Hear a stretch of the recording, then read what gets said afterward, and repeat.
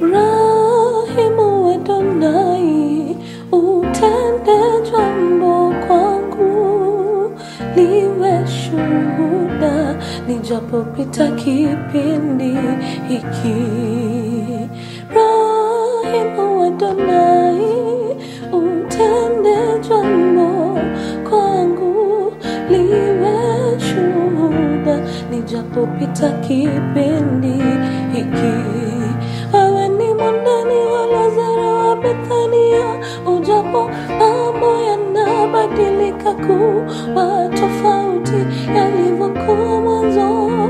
Martha na Mariamu wakashangaa, huyu mtu wa namna gani abadilisha mfupa wa hai? Kumbe kuna wakati machozi ya Yesu yanatona kwa ajili yetu, akitazama machungu tunayopitia, moyo wake unaguswa na hisia.